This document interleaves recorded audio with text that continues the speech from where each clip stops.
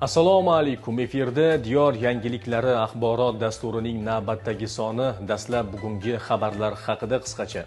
Viloyat hokimi Olot tumanida navbatdagi sayyor qabul o'tkazdi. Barcha davlat va jamoat tashkilotlarida davlat tilini yanada rivojlantirishga bag'ishlangan amaliy seminarlar tashkil etilmoqda. Qumsulton massivida paxtachilik istiqbollariga bag'ishlangan ko'rgazmali seminar o'tkazildi. Yilning eng namunali mahalla yoshlar yetakchisi tanlovining tuman bosqichidan lavha. O'zbekiston aralash jang san'ati assotsiatsiyasining Buxoro viloyat bo'yicha yig'ilishi bo'lib o'tdi.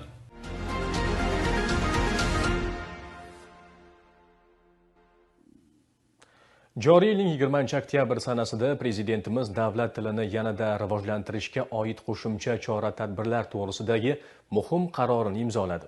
Unga ko'ra, mamlakatimiz ijtimoiy siyosiy hayotining barcha sohalarida davlat tili imkoniyatlaridan to'liq va samarali foydalanish, uning sofligini saqlash va muntazam boyitib borish, zamonaviy axborot texnologiyalari va kommunikatsiyalarga faol integratsiyalashuvini ta'minlash masalalari ustuvor vazifa qilib belgilangan.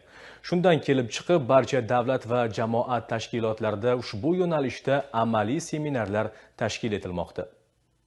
Temir yo'l kargo aksiyadorlik jamiyati tasarrufidagi Buxoro vagon deposi ham bugungi kunda yurtimiz iqtisodiyoti rivojida muhim o'rinni band etib kelmoqda. Ushbu jamoada faoliyat olib borayotgan ko'p sonli xodimlarning davlat tili asosida ish yuritishlari uchun belgilangan talablar asosida jarayonlar yo'lga qo'yilgan. Davlat tili bu nafaqat aloqa vositasi, balki davlatchilik ramzi va milliy qadriyatdir mavzusida o'tkazilgan navbatdagi amaliy seminar ham ayni maqsadlarga qaratildi. Unda dastlab Vazirlar Mahkamasining 1995-yil 24-avgustdagi o'zbek tilining asosiy imlo qoidalari tasdiqlash haqidagi qarori ijrosining korxonada ta'minlanish darajasi tahlil qilindi. So'ngra Prezidentimizning davlat tilini yanada rivojlantirishga oid qo'shimcha chora-tadbirlar to'g'risidagi muhim qarori asosida bajarilishi lozim bo'lgan ustuvor yo'nalishlar haqida axborot berildi.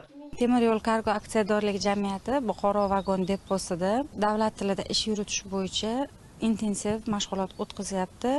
Bundan ko'zlangan eng asosiy maqsad mana yaqinda davlatimiz rahbarining o'zbek tilidagi hujjatlarni yuritish, o'zbek tilini yanada takomillashtirish, foydalanishda kengaytirish to'g'risida qabul qilingan huquqiy hujjatlar asos bo'ldi. Bundan tashqari Temir yo'l kargo aksiyadorlik jamiyati boshqaruv raisining buyruqlari asosida vagon depolarimizda aynan shu o'zbek tilida, davlat tilida ish yuritishni o'rganib chiqib, aniqlangan kamchiliklar yuzasidan kerakli tushuntirishlarni berdik va ikkinchi kunida ularga aynan mana shu rasmiy hujjatlarni yuritish, rasmiy shaklda ish yuritish, shular borasida nazariy ma'lumotlarni beryapmiz. Yurtimiz hududida o'zbek tilining davlat tili sifatida qo'llanilishi, rasmiy idora, tashkilot va muassasalarda davlat tilida ish yuritish madaniyatini yo'lga qo'yish kabi muhim masalalarga ham mas'ullar birma-bir to'xtalishdi. Jamiyatda hujjatlarni yagona til me'yorida yuritish, bu orqali tartib, aniqlik va huquqiy izchillikni ta'minlash borasida ushbu amaliy seminarda ishtirokchilar